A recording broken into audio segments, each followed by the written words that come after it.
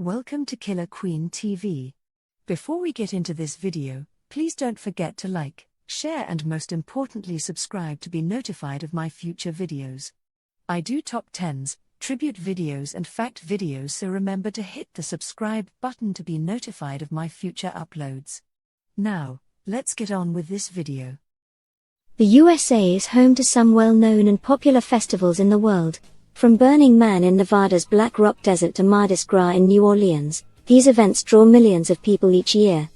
But America is also home to a few slightly more unusual festivals that may not be world-renowned, but can be just as fun and interesting. Here are 10 of the strangest festivals held in the States you can enjoy on your next trip.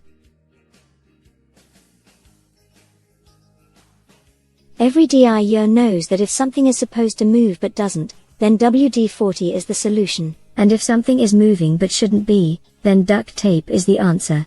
Each year over Father's Day weekend, the greatness of duct tape is celebrated with a festival in Avon, Ohio, which is home to the headquarters of SureTape Technologies, which makes duct tape one of the most popular duct tape brands. The event includes many things familiar to festivals, such as carnival rides and live music. But of course, duct tape also has a starring role. There are massive sculptures made from duct tape, a parade with duct tape floats, and a fashion show where participants wear an outfit crafted from the product. If you're passionate about adhesive, then Avon is the place to go. Sadly, a WD-40 festival doesn't exist, at least not yet. Back in 1945, Lloyd Olson chopped the head off of a chicken that was supposed to be for dinner, but despite losing its head, the bird, later known as Mike, didn't die and continued to walk around trying, and failing, to peck things. The blade had missed the chicken's jugular vein, and a blood clot prevented him from bleeding out.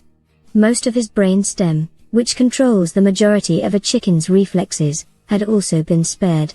With the help of food and water being delivered via an eyedropper, Mike lived for the next 18 months, gaining fame by touring the country as the Headless Wonder Chicken. Since 1999, Mike's hometown of Fruita, Colorado, has celebrated his life with an annual festival called Mike the Headless Chicken Fest during the first week of June. Two of the main events at the festival aren't particularly chicken-themed, a 5K race and a disc golf tournament, but there is also a poultry show, and a chicken wing eating competition. Spam is a pretty divisive meat product around the world, but Hawaiians can't get enough of it. Per capita, Hawaii is the US state with the highest consumption of Spam, with around 7 million cans of the processed pork being eaten a year. It's so beloved that there's even a festival called Spam Jam dedicated to it. Thousands of Spam lovers descend on Waikiki at the end of April each year. Spam is cooked up in a variety of ways, from Spam corn chowder to Spam pizza. There are also options for those with a sweet tooth, such as Spam flan. Hormel, who makes the meat, even sends ambassadors to the event, Sirkin a Lot and Spammy. The event is also used to collect money and food donations for the Hawaii Food Bank. Of course, many cans of Spam are donated. For a music festival with a difference, head to the Lower Keys in Florida, which plays host to an underwater music festival. Held at Looe Key Reef, festival co-founder Bill Becker explains that the festival encourages people to both enjoy and look after the coral reef. The more people realize what's down there and enjoy it, the more they're likely to protect it, he says. As divers swim through the beautiful fish-filled reef, they're treated to water-themed musical selections. Songs like Yellow Submarine by the Beatles and Fins by Jimmy Buffett are pumped into the water by speakers on the underside of boats. Divers often dress up in fun costumes, and they can even pose with artistic instruments, such as a baratuba and a clamborine. Colorado's Frozen Dead Guy Days Festival was created in 2002 to celebrate Bredo Morstol, a dead man whose frozen body is stored in the town of Nederland.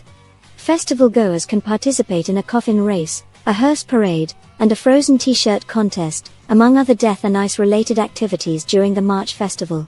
The story goes that Bredo died in Norway in 1989 and was put on dry ice to be shipped to his grandson, Trygve Bouget, in the USA, where he was cryogenically frozen. Bredo's corpse was then kept in a shed by Trygve, but when he was deported for overstaying his visa, the storage of the frozen dead relative was passed on to his mother, Aude. When the town council found out that a dead guy was being kept in a shed, they made it illegal to store the whole or any part of the person, body, or carcass of a human being or animal or other biological species which is not alive upon any property. However, thanks to a grandfather clause, an allowance was made for Grandpa Bredo. Bo Schaffer, coincidentally known as the Iceman, is currently responsible for keeping Bredo frozen via dry ice. However, his body may soon be moved to the Stanley Hotel, which happens to be Stephen King's inspiration for the Overlook Hotel in The Shining, as the festival now takes place in nearby Estes Park after John Cullen, the Stanley's proprietor, took over the event. One of the most iconic scenes in the 1958 sci-fi horror The Blob is when the eponymous blob oozes in to the Colonial Theatre, causing a horde of moviegoers to flee the cinema in panic. Fans of the movie can head to Phoenixville, Pennsylvania, to celebrate The Blob over the course of a 3-day festival in July, the highlight of which is a reenactment of the cinema fleeing scene at the Colonial Theatre. Tickets to participate in the run-out itself go fast, but many people gather on the street to watch the short but scream-filled stampede.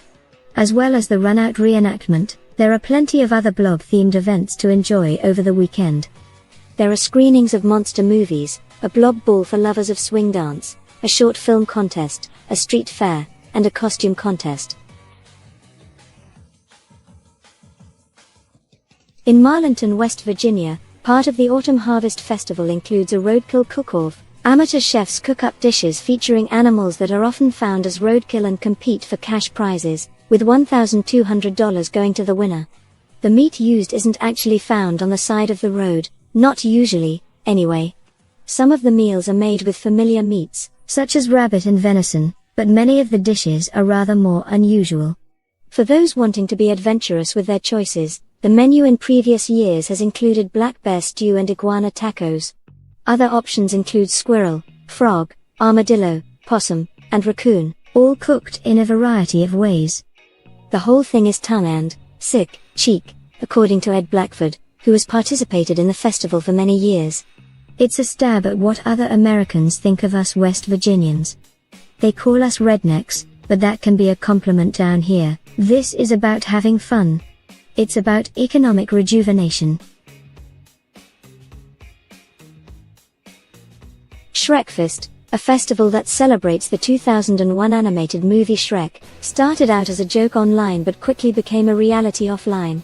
It was a fake Facebook event that my friends and I stumbled upon, says Grant Dufresne, one of the festival's co-founders. We were really excited to go to it, and then we found out it wasn't a real event. Instead of accepting the disappointment and moving on, Dufresne and his friends decided to organize the festival themselves. The first Shrekfest was a modest event held in 2014 at a park in Madison. However, due to its growing popularity over the years, it was moved to Milwaukee in 2022. There's Shrek-themed food and live music, a costume contest, a raw competition, a stomach-churning onion-eating contest, and, of course, a screening of the movie. Each year on the Friday of Labor Day weekend, a terrifying 50-foot, 15-meter, tall marionette is burned in Santa Fe, New Mexico. The event heralds the beginning of Fiestas de Santa Fe, and the 2023 burning will be the 99th one that has taken place. Artist Will Schuster created and burned the first Zozobra, then only 6 feet tall, for a private party in his garden in 1924 after being inspired by the ceremonial burning of an effigy of Judas by the Yaqui Indians. Since that first burning, the event has grown in scale, and Zozobra, whose name in Spanish means anguish, anxiety, or gloom, has grown in height. Also known as Old Man Gloom, Zozobra's arms and head are movable, making him one of the largest functioning marionettes in the world. He's made of wood, wire, and cloth and is stuffed with paper, including documents such as divorce papers and traffic tickets. The idea is to take anything that has caused misery over the year and set it alight. Another festival that takes place over Labor Day weekend is Wisconsin's Cow Chip Throwin' Festival. The festival includes live music, a parade, a fun run, and an arts crafts fair, but the main attraction is the cow chip throw. There are a few rules to throwing the dried cow feces, such as no gloves being allowed. People are also advised to lick their fingers before throwing in order to get a better grip. Since 1991, Greg Neumeyer has held the record for the farthest throw, coming in at an impressive 248 feet. The cow chip throw started as a commemoration of the first pioneers burning the chips for heat in the harsh winters. It also inspired a similar event held on the state line between Florida and Alabama, but instead of cowpats, mullet fish are thrown. Joe Gilchrist, the owner of the Florabama Beach Bar, saw the cow chip flinging event and wanted to create something similar to boost business during the colder season. He picked mullet because it's indigenous to the area, and thus, the Florabama mullet toss was born.